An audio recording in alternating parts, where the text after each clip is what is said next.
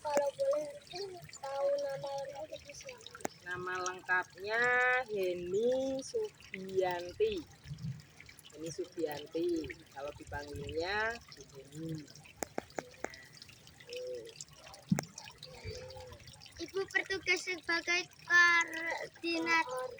koordinator di kantor ini sejak kapan, nggih? Sejak tahun 2022 bulan Februari. Jadi Februari 2022 Ibu mulai kerja di sini. Sebelumnya Ibu tahun 2019 itu di Rajek. Tahu toh Rajek? Ya, dekat Candi Mendut. Nah itu. Terus tahun 2022 Ibu dipindahin ke sini sampai sekarang. Bisa diceritakan kantor ini dibangun sejak kapan dan sekarang jumlah pegawainya berapa? Kalau BBI-nya itu dibangun dari tahun 1949. Jadi berapa tahun itu setelah kemerdekaan? 4 tahun. 4 tahun. Berapa tahun setelah kemerdekaan?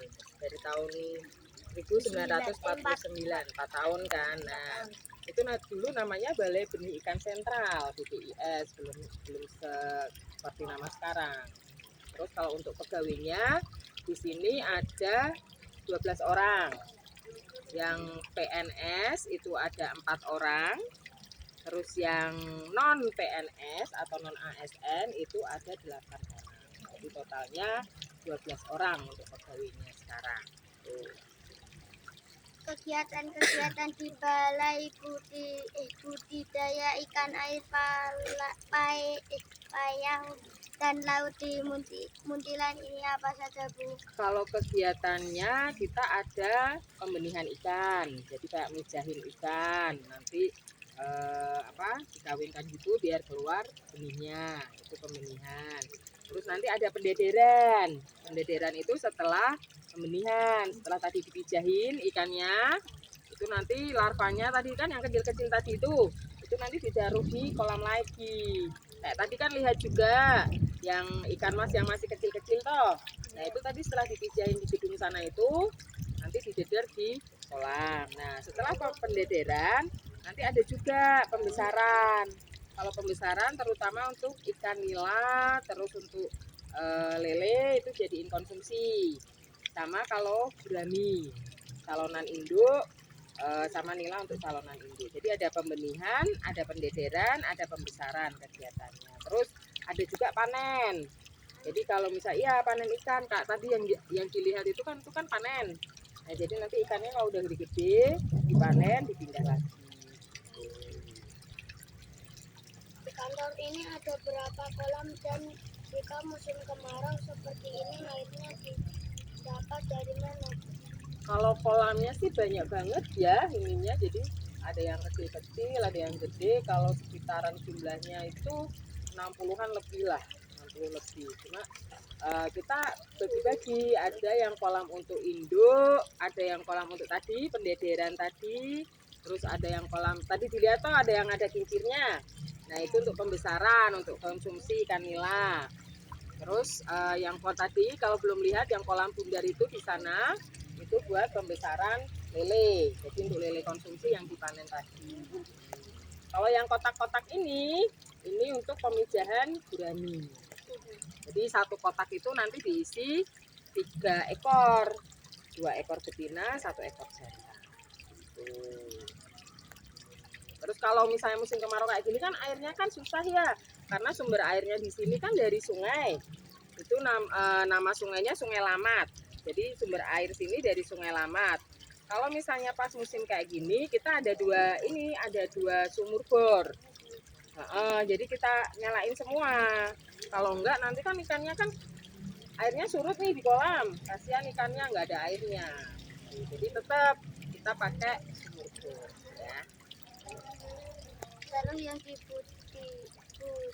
dibudidayakan benih ikan yang ada di sini ikan apa saja? Nah, tadi udah lihat ikan apa aja?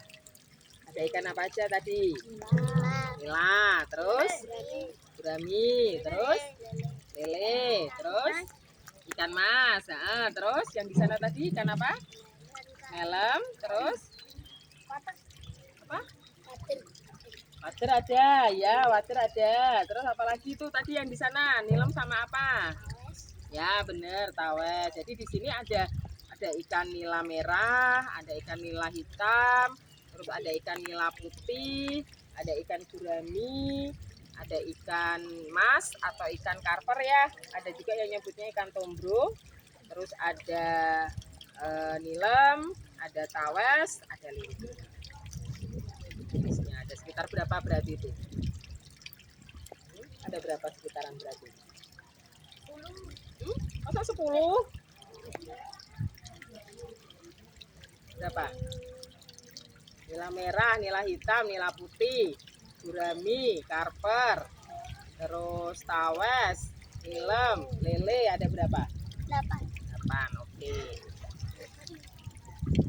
Kalau di daerah kita ini ikan air tawar yang bisa dikonsumsi itu ada sekitar berapa gitu? Kalau di kisaran di kita itu biasanya kalau misalnya Magelang ya, Magelang itu yang umum dikonsumsi itu nila, terus lele, terus tawes biasanya. Nah, kalau di daerah lain ikan karper itu juga bisa dikonsumsi. Jadi nggak cuma 3 ikan tadi. Jadi ikan nilam pun sebenarnya juga bisa dimakan, digoreng. Jadi semua jenis ikan itu sebenarnya bisa kita makan, bisa kita goreng. Ya, atau mau dipepes juga bisa. Semuanya sebenarnya bisa. Tapi kalau rata-rata umum yang ada di Magelang biasanya masih di kisaran nila sama lele. Bilang ya. Kalau di luar sana banyak ikan sama gurami satu lagi lupa. Rata-rata dari benih ikan untuk bisa menjadi ikan yang dikonsumsi itu umur berapa? Nah kalau ini tergantung ikannya. Jadi kalau untuk ikan nila itu biasanya 5 bulanan baru bisa dikonsumsi. Tapi itu tebarnya dari ukur 9 sampai 12 cm. Kalau untuk nila. Nah, kalau untuk lele itu tebaran 9 sampai 12 cm itu cuma sekitar 2,5 bulan itu bisa dikonsumsi. Jadi lebih lama nila. Nila bisa sampai 5 bulan, lele itu cuma 2,5 sampai 3 bulan bisa dikonsumsi. Kalau gurami malah lebih ini lagi, lebih lama lagi. Bisa hampir 1 tahun. 8 bulan sampai 1 tahun gurami itu baru bisa dikonsumsi. Ya.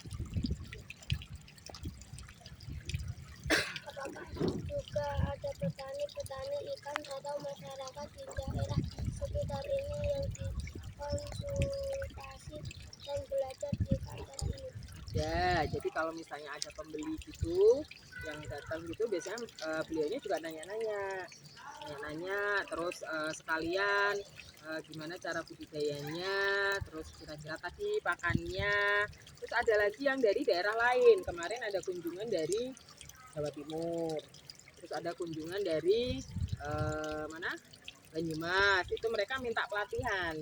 Jadi gimana sih cara budidaya ikan? Misalnya nila, terus ikan lele itu seperti apa? Jadi nggak cuma dari petani sekitar, tapi juga dari petani yang dari luar daerah Magelang. Ya. Sebetulnya untuknya makan ikan itu apanya, Bu? Apa ya, Bu? Kira-kira apa kalau kalian makan ikan? Kalian suka nggak makan ikan? Dapat protein. Terus yang paling gampang apa kalau biasanya makan ikan? Sering suka makan ikan apa? Lele. Lele sama nila. Gurami udah pernah belum? Udah. Enakan mana? Nila. Oh, enakan mana? Oh, enakan gurami. Ini kesukaan suka orang ya. Ada yang suka nila, ada yang suka lele, ada yang suka gurami. Terus kira-kira kalau misalnya pas makan ikan itu kayak mana rasanya? Enak. Nah, manfaatnya apa kira-kira? Ini nih. Nah, salah satu manfaat yang bisa didapatkan di ikan itu kan ada omeganya. Jadi ada omega 3 sama omega 6. Nah, omega itu yang bisa bikin otak cerdas. Jadi kalau kalian sering makan ikan, nanti lama-lama kalian cerdas, pinter gitu. Jadi jangan ragu buat makan ikan ya. Jangan aku nggak suka Bu kalau dimasakin sama ibunya di rumah. Makan ikan terus. Nah, itu yang ini. Jadi kalau suka makan ikan, nanti lama-lama jadi pintar ya. Karena tadi ada kandungan omega 3 sama omega 6. Oke. Menurut Ibu bagaimana caranya supaya masyarakat suka makan ikan? Nah, yang ini yang agak susah. Karena kan tidak semua orang mau ya makan ikan ya ininya. Jadi harus dibiasakan sebenarnya dari kalian kecil. Kalau misalnya kalian kecil kayak gini, sering dikasih ikan, nanti kan lama-lama kan dia kan udah terbiasa nih.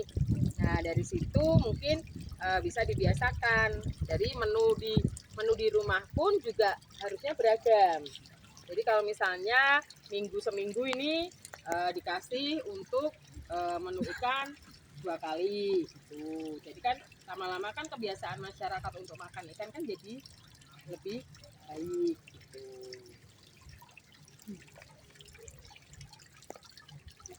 Saran untuk teman-teman di Mima Arum Gunung Purng apa Bu? Kalau buat kalian ya sarannya ya eh, kalau ibu boleh nyaranin ya jangan takut untuk makan ikan ya, karena tadi kandungan omeganya bisa bikin otak cerdas, terus supaya kalian belajarnya juga lebih. Nah ya gitu. Jadi kalau belajar pun juga jangan malas-malasan ininya. Kalau misalnya ada tugas dari sekolahan juga langsung dikerjakan. Kadang kan nunggu-nunggu dulu nih ininya nanti aja. Nah kalau kalian sudah mengerjakan tugasnya, kalau mau main kan lebih enak. Gak ada pikiran ininya. Tapi yang pesan ibu tadi ya itu jangan ragu buat makan ikan. Jadi kalau misalnya nanti di rumah, ibu masakin ikan dong kayak gitu ya. Jadi biar konsumsi ikan di Jawa Tengah ini meningkat ya. Dan karena kita konsumsi ikannya masih sedikit di Jawa Tengah ya. Ada lagi? Sudah? Ada yang mau ditanyain lagi? Ini ada yang kurang jelas jawabannya tadi? Sudah dicatat belum? Ini kalau ada yang masih kurang jelas bisa ditanyakan lagi yang pertanyaan yang mana. Tuh.